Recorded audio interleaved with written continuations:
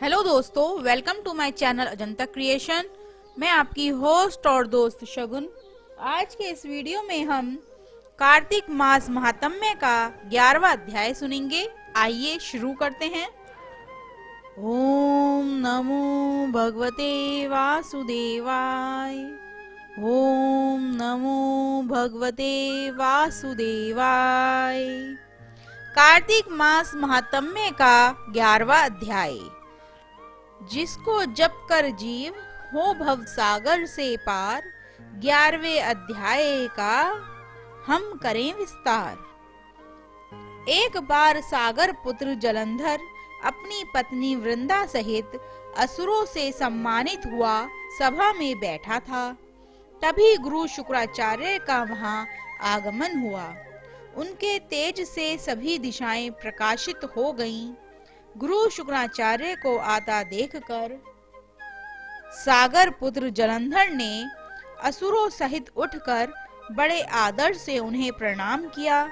गुरु शुक्राचार्य ने उन सबको आशीर्वाद दिया। फिर जलंधर ने उन्हें एक दिव्य आसन पर बैठाकर स्वयं भी आसन ग्रहण किया। फिर सागर पुत्र जलंधर ने उनसे विनम्रता पूर्वक पूछा, हे गुरुजी, आप हमें यह बताने की कृपा करें कि राहु का सिर किसने काटा था। इस पर दैत्य गुरु शुक्राचार्य ने विरोचन पुत्र हिरण्यकश्यपु और उसके धर्मात्मा पौत्र का परिचय देकर देवताओं और असुरों द्वारा समुद्र मंथन की कथा संक्षेप में सुनाते हुए बताया कि जब समुद्र से अमृत निकला तो उस समय देव रूप बनाकर राहु भी पीने बैठ गया। इस पर इंद्र ने पक्षपाती भगवान विष्णु ने राहु का सिर काट डाला। अपने गुरु के मुख से इस प्रकार के वचन सुनकर जलंधर के क्रोध की सीमा ना रही। उसके नेत्र लाल हो गए। फिर उसने अपने धस्मर नामक दूत को बुलाया और उसे शुक्राचार्य द्वारा सुनाया गया वृत्तांत सुनाया। तत्पश्चात उसने धस्मर को आज्ञा दी कि तुम शीघ्र ही इंद्रपुरी में जाकर इंद्र को मेरी शरण में लाओ। धस्मर जलंधर का बहुत आज्ञाकारी एवं निपुण दूत था। वह जल्द ही इंद्र की सुधर्मा नामक सभा में जा पहुंचा और जलंधर के शब्दों में इंद्र से बोला, हे देवता धाम, तुमने समुद्र का मंथन क्यों किया और मेरे पिता के समस्त रत्नों को क्यों ले लिया?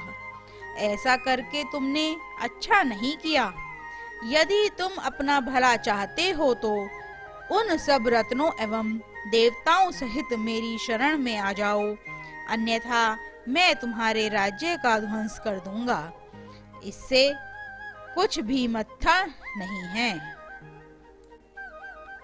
इंद्र बहुत विस्मित हुए और कहने लगे, पहले मेरे भय से सागर ने सब पर्वतों को अपनी खुशी में क्यों स्थान दिया और उसने मेरे शत्रु दैत्य की क्यों रक्षा की? इस कारण मैंने उनके सब रत्न हरण किए हैं। मेरा द्रोही सुखी नहीं रह सकता, इसमें संदेह नहीं है। इंद्र की ऐसी बात सुनकर वह दूत शीघ्र ही जलंधर के पास आया और सब बातें कह सुनाई। उसे सुनते ही वह दैत्य मारे क्रोध के अपने ओष्ठ फड़फड़ाने लगा और देवताओं पर विजय प्राप्त करने के लिए उसने उद्योग आरंभ किया। फिर तो सब दिशाएं पाताल से करोड़ों करोड़ों दैत्यों उसके पास आने लगे। शुंभ निशुंभ आदि करोड़ों सेनापतियों के साथ जलंधर इंद्र से युद्ध करने लगा। शीघ्र ही इंद्र के नंदन वन में उसने अपनी सेना उतार दी।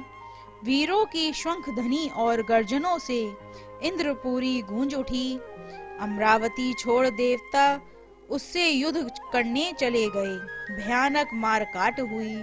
असुरों के गुरु आचार्य शुक्र अपनी मृत संजीवनी विद्या से और गुरुदेव बृहस्पति द्रोणागिरी से औषधि लगाकर जिलाते रहे। इस पर जलंधर ने क्रुद्ध होकर कहा कि मेरे हाथ से मरे हुए देवता जी कैसे सकते हैं? जिलाने वाली विद्या तो मेरे पास ही है।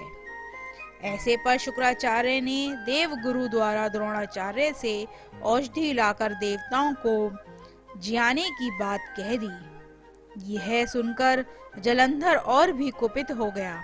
फिर शुक्राचार्य जी ने कहा, यदि शक्ति हो तो द्रोणागिरी को उखाड़कर समुद्र में फेंक दो, तब वह कथन की सत्यता प्रमाणित हो जाएगी। इस पर जलंधर कुपित होकर जल्द ही द्रोणागिरी पर्वत के पास पहुंचा और अपनी भुजाओं से पकड़कर द्रोणागिरी पर्वत को उखाड़कर समुद्र में फेंक दिया। यह तो भगवान शंकर का तेज था, इसमें जलंधर की कोई विचित्रता नहीं थी। तत्पश्चात यह सागर पुत्र युद्ध भूमि में आकर बड़े तीव्र गति से देवताओं का संहार करने लगा। जब द्रोणाचार्य जी औषधि लेने गए तो द्रोणाचल ने उखाड़ा हुआ शून्य पाया। वह भयभीत हो देवताओं के पास आए और कहा कि युद्ध बंद कर दो, जलंधर को अब नहीं जीत सकोगे। पहले इंद्र ने शिवजी का अपमान किया था।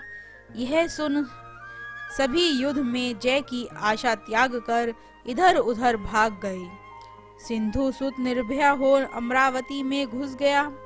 इंद्र आदि सब देवताओं ने गुफाओं में शरण ली। ओम नमो भगवते वासुदेवाय। ओम नमो भगवते वासुदेवाय। दोस्तों, आज के इस अध्याय की कथा यहीं पर समाप्त होती है। आगे की कथा अगले अध्याय में सुनेंगे। दोस्तों, इसी तरह की और कथाओं को सुनने के लिए हमारे चैनल को सब्सक्राइब करें और बेल आइकन जरूर दबाएं, जिससे हमारी आने वाली नई वीडियोस की नोटिफिकेशन आपको मिलती रहे। Thank you friends watching this video. Do not forget to like, share and subscribe.